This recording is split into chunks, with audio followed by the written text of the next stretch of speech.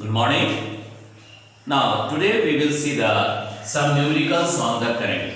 Current पे कुछ problems है जिसको हम लोग देखेंगे। यहाँ पे हमने 5 प्रॉब्लम्स रखा है और इस 5 प्रॉब्लम को सॉल्व करेंगे और सॉल्व करते करते सारे प्रॉब्लम्स के बारे में कैसे सॉर्ट आउट हो रहा है, कैसे सॉल्व कर रहे हैं, ये भी समझ में आने लगेगा। देखो यहाँ पर कुछ फॉर्मूला है जिसको हमने लिखा है that current I is equal to Q by T और Q का वैल्यू क्योंकि आप Q बराबर NE लेते हैं तो NE that is the plus minus NE और इसकी जगह पे Q की जगह NE भी रख सकते हैं। ऐसे में एक रिलेशन हमारे पास और आ जाता है current is equal to NE by T। साथ में हम एक और चीज देख रहे हैं कि हम लोग जानते हैं क्लास 9 में पढ़े हैं और 11 में भी देख रहे हैं और सीनियर क्लासेस में भी देखे कि time frequency is related with the time, तो टाइम के साथ एक inverse two that of the frequency होता है और अगर हमको n निकालना है तो हम इसी रिलेशन पहले रिलेशन को रीअरेंज करते हैं तो हमको n भी निकल जाता है। इस तरह करके फार्मूला हम देख रहे हैं और इस फार्मूला के हेल्प से हम एक एक प्रॉब्लम को सॉल्व करेंगे। देखो अब पहला प्रॉब्लम है how many electrons pass through a wire in 2 minute in the current passing through the wire is 300 milliampere। now सबसे पहले जो गिवन्स दिया हुआ है उसको निकालेंगे। तो अगर हम पहला सॉल्यूशन कर रहे हैं सॉल्यूशन तो सबसे पहले गिवन में क्या क्या है तो करंट दिया हुआ है और टाइम दिया हुआ है और आपसे कह रहा है हाउ मेनी इलेक्ट्रॉन्स n निकालना है। तो n निकालना है दैट n का फार्मूला हमारे पास है। सबसे पहले गिवन्स जो है गिवन्स इसको हम बाहर कर रहे हैं और सबसे पहले में करंट दिया हुआ I is equal to 300 milliampere। now 300 milliampere that means 3 into 10 300 that is the 300 into 10 to the power minus 3 ampere। now it is the current का वैल्यू हो गया और एम्पियर में आ गया, हमने SI यूनिट में आ गया। दूसरा यहाँ टाइम दिया हुआ है so time is equal to 2 minute.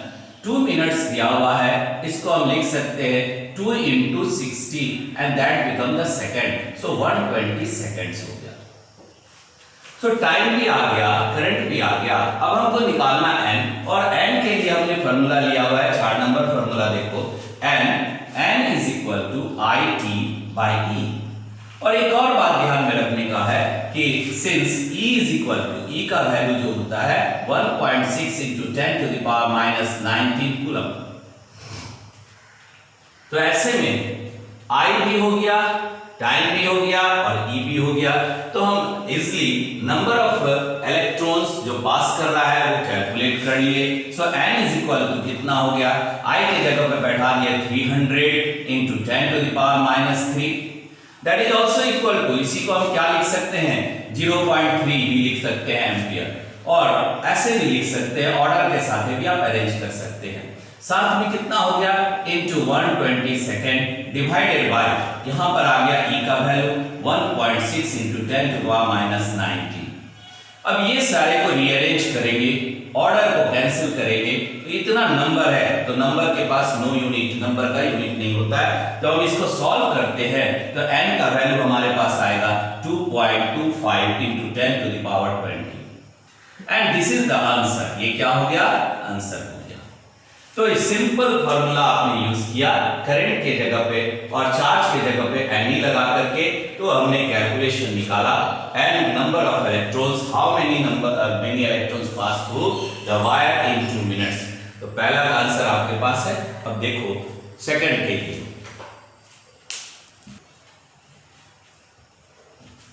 Second में देख रहे हैं 1 into 10 to the power 5 electrons pass from a point P towards another point Q in a conductor in time दिया हुआ 10 to the power minus 4 second। find the magnitude and the direction of the current given और charge का value दिया हुआ है, electron का value दिया हुआ है 1.6 into 10 to the power minus 19 coulomb.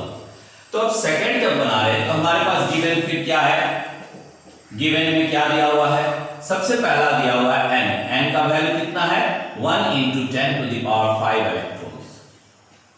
electrons pass from a point P towards the another point time दे दिया है, time t is equal to दिया हुआ है 10 टू द पावर 4 सेकेंड, और साथ में इलेक्ट्रॉन का वैल्यू है 1.6 into 10 to the power minus 19 coulomb.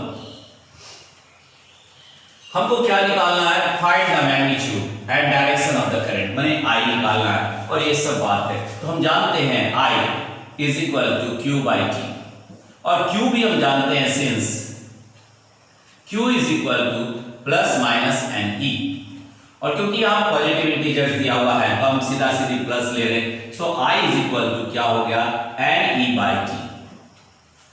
अब यहाँ एन ई बाई टी और ये सब वैल्यू है, n है, e है, t है, सब कुछ वैल्यू दिया हुआ है, तो ये बहुत सिंपल हो गया।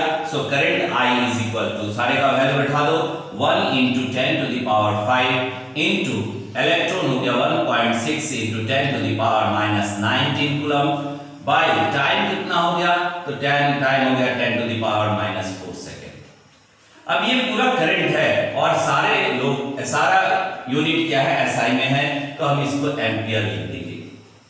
और जब हम इसको सॉल्व करते हैं सारे को, तो ये 4 भी ऊपर चला गया, तो यहाँ 9 हो गया, और 9 माइनस 19 हो गया, सो I इज इक्वल टू कितना हो गया?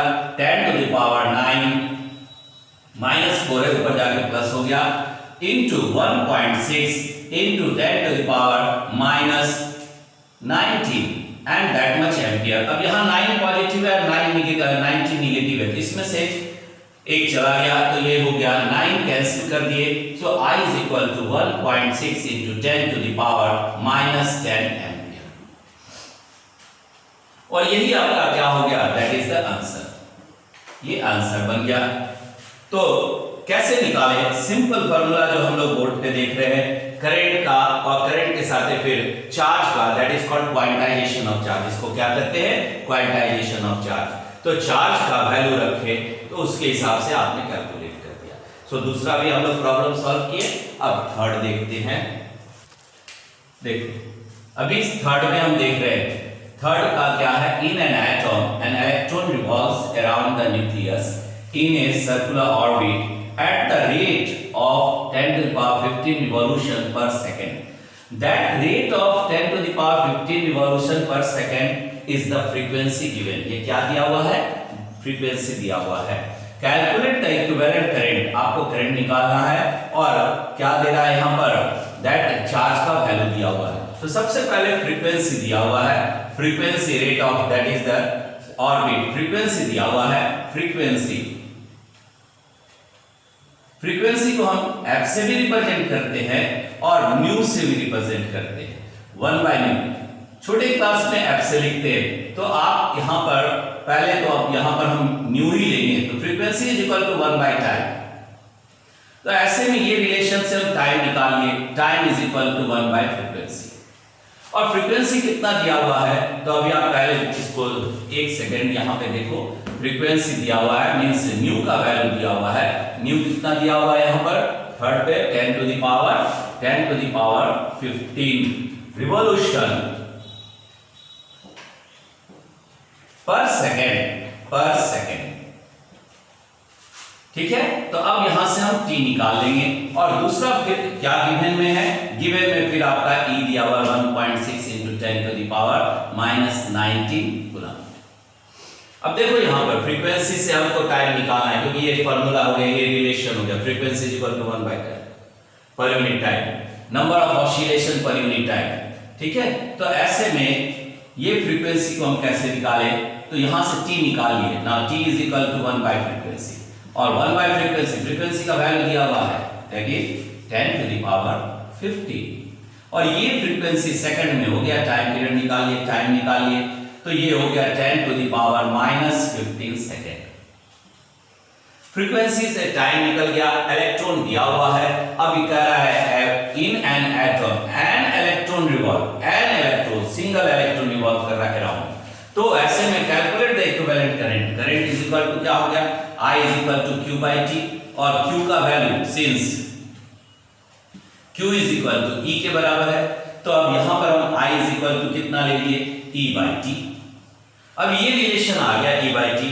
ऐसे में E बाई T के जगह पे हम क्या रखते हैं? दैट इज इक्वल टू, यहां पर देखो, यहां देखो E के जगह पे हो गया, आपने लिखा 1.6 into 10 power minus 19, 1.6 into 10 to the power minus 19 by time आपने अभी कैलकुलेट किया, that is 10 to the power minus 50।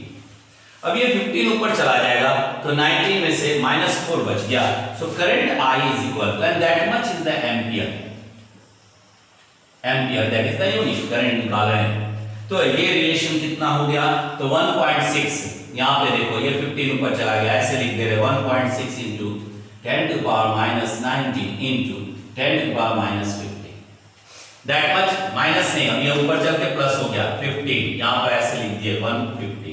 अब 19 और 15 एक पॉजिटिव एक नेगेटिव इंटीजर है, ऐसे में ऑर्डर में यहाँ पर एम्पियर ये लिखेंगे I is equal to 15 यहाँ से गया -4 बच गया, 1.6 into 10 to the power minus 4 ampere. So ये वैल्यू जो आया, अब इसके हिसाब से -4 एम्पियर करंट आपने यहाँ निकालिए, I is equal to E by T, that means is equal to 1.6 अब इसको आप ऑर्डर में अगर ऐसे अरेंज करते हैं माइक्रो एम्पियर में, तो I is equal to 0.16 into 10 to the power minus 3 ampere. और 10 to the power minus 3 हम जानते हैं, हम लोग पढ़े हैं, जान रहे हैं कि 10 to the power minus 3 is equal to milli ampere, ampere is equal to 10 to the power that is 1 milli ampere. इस कितने के बराबर है, 1 मिली एम्पियर। तो अब इसको हम यहाँ लिख सकते हैं that current I is equal to 0.16 milli ampere. ये कैलकुलेशन करके देख रहे हैं। सबसे पहले हमने क्या किया कि फ्रीक्वेंसी का रिलेशन है, फ्रीक्वेंसी दिया हुआ है, उसके हिसाब से टाइम पीरियड निकाले, कितना सेकंड आया, और फिर करंट का फार्मूला जो आपके पास है उसको सब्स्टिट्यूट करके इसलिए हम लोग प्रॉब्लम को सॉर्ट आउट किए। अब देखो चौथा नंबर फोर्थ में देख रहे हैं,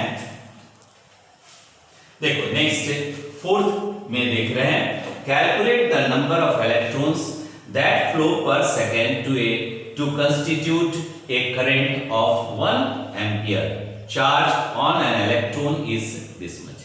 मतलब क्या क्या गिवन है यहाँ पर, तो आपको 1 एम्पियर करंट का वैल्यू कर रहा है, 1 एम्पियर मतलब I का वैल्यू दिया हुआ है, I is equal to 1 ampere,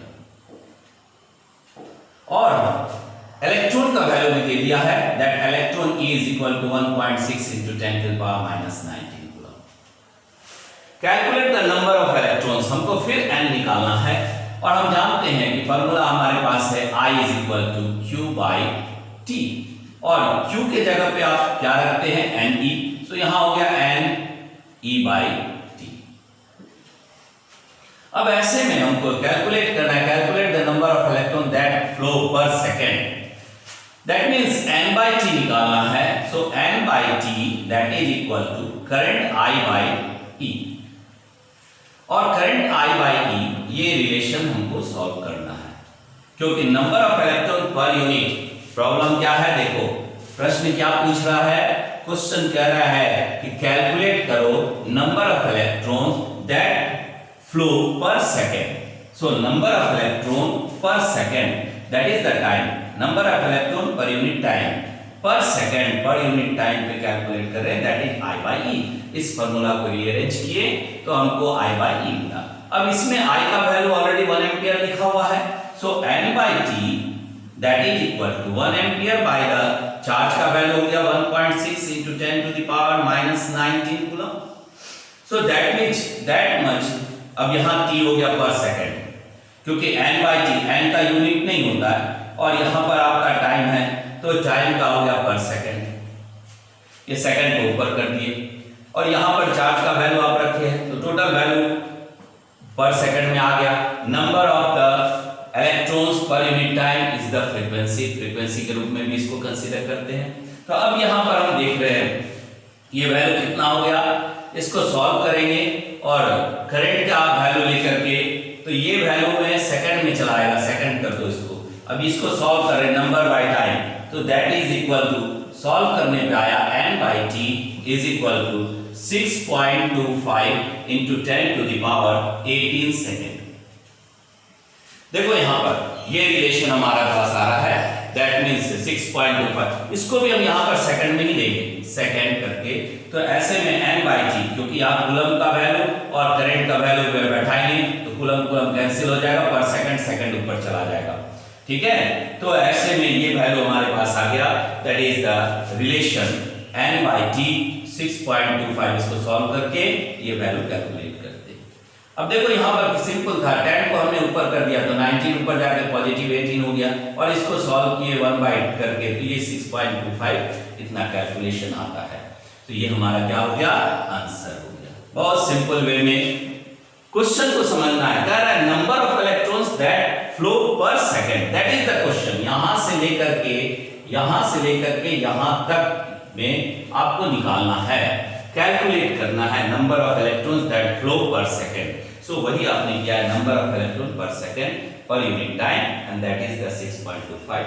so question 4 भी देखिए। अब क्वेश्चन नंबर 5 लास्ट देख रहे हैं यहां पर अभी। सो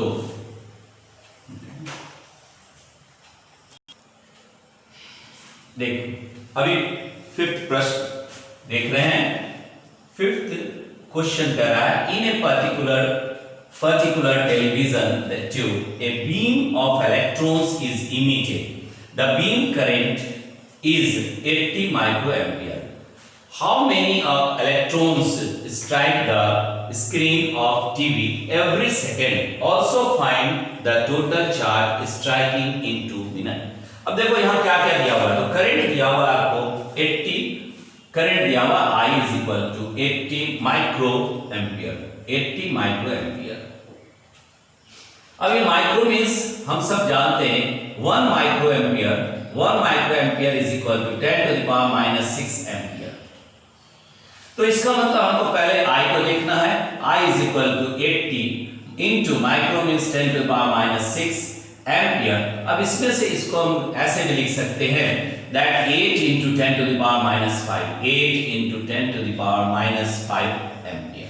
और ऐसे भी कर सकते हैं 0.8 into 10 to the power -4 ampere भी कर सकते हैं, या आप इसको भी रख सकते हैं, ऐसा कोई बात नहीं है, ठीक है।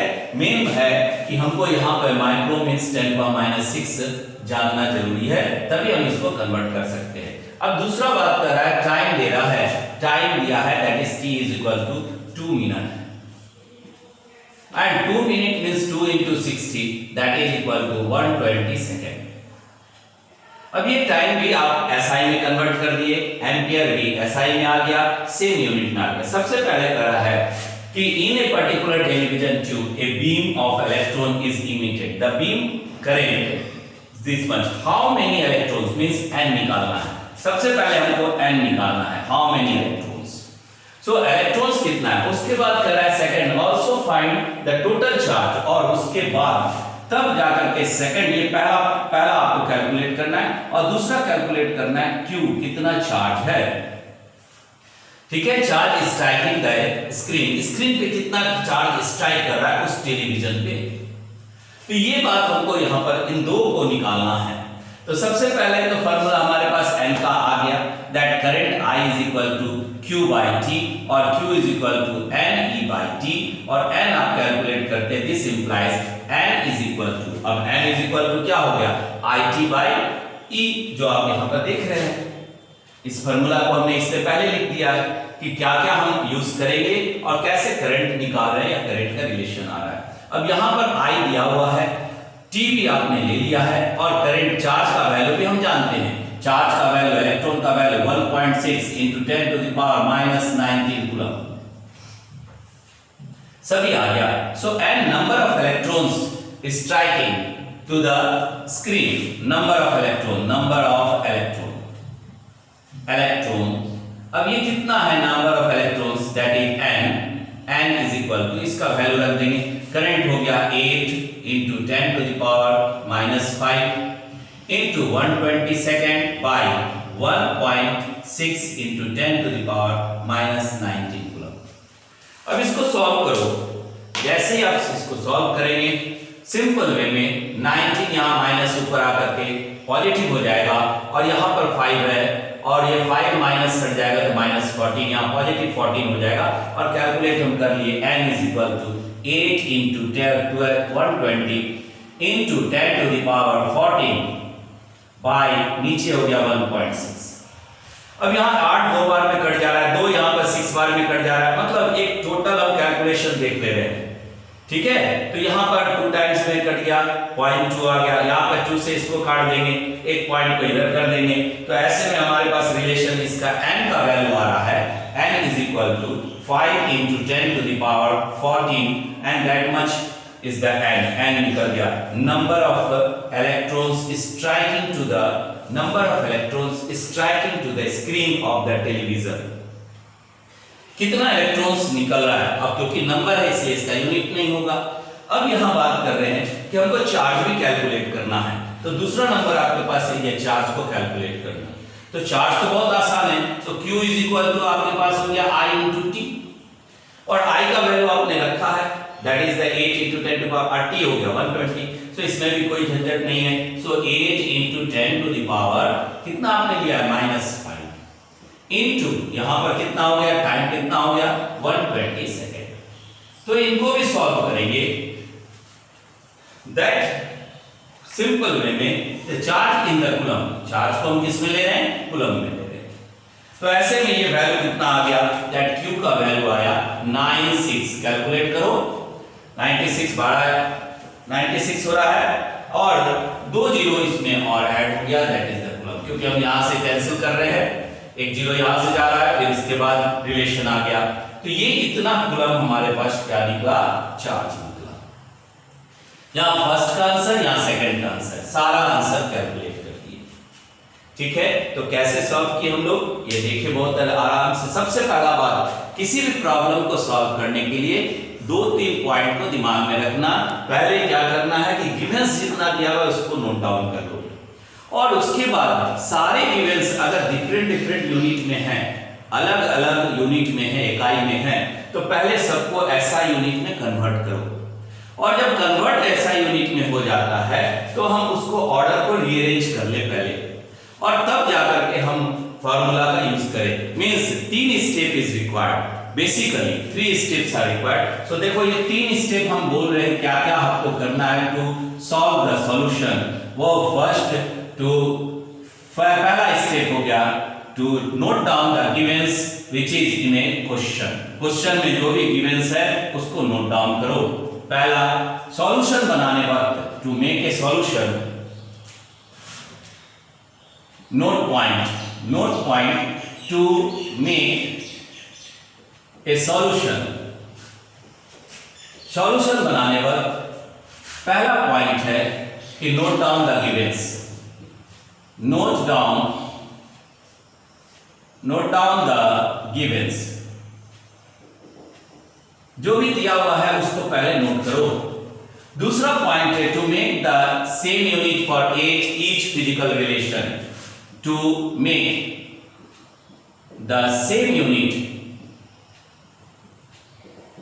फॉर ईच फिजिकल रिलेशन, सभी का एक यूनिट होना चाहिए, and that is SI unit, और उसको SI यूनिट में रखेंगे। SI यूनिट में कन्वर्ट करो सारे को, जितना भी फिजिकल रिलेशन आपको दिया हुआ है, जितना भी फिजिकल क्वांटिटीज दिया हुआ है, उन सभी का एक ही यूनिट होना चाहिए, वो यूनिट SI में रखना है, और तब जाके आप प्रॉब्लम सॉल्व कीजिए। एंड देन थर्ड है use the formula required, use the formula required. So ये 3 स्टेप को जो भी फॉलो करेगा वो क्या है, यहां पर वो 3 स्टेप को जो भी फॉलो करेगा वो यहां पर आंसर को पा लेगा। देखो 1 मिनट यहां पर देखना है हम लोग को। तो ये 3 स्टेप यहां इसको पहले समझ गए। सो यहां इस 3 स्टेप को हम लोग देखें, और इस 3 स्टेप से प्रॉब्लम को सॉल्व करते हैं। In the next session, in the next lecture we will see more about the current, और करंट का आगे क्या है, ओम्स लॉ, और उससे रिलेटेड कुछ बिहेवियर जो भी है वो हम लोग नेक्स्ट वीडियो में देखेंगे। Thank you.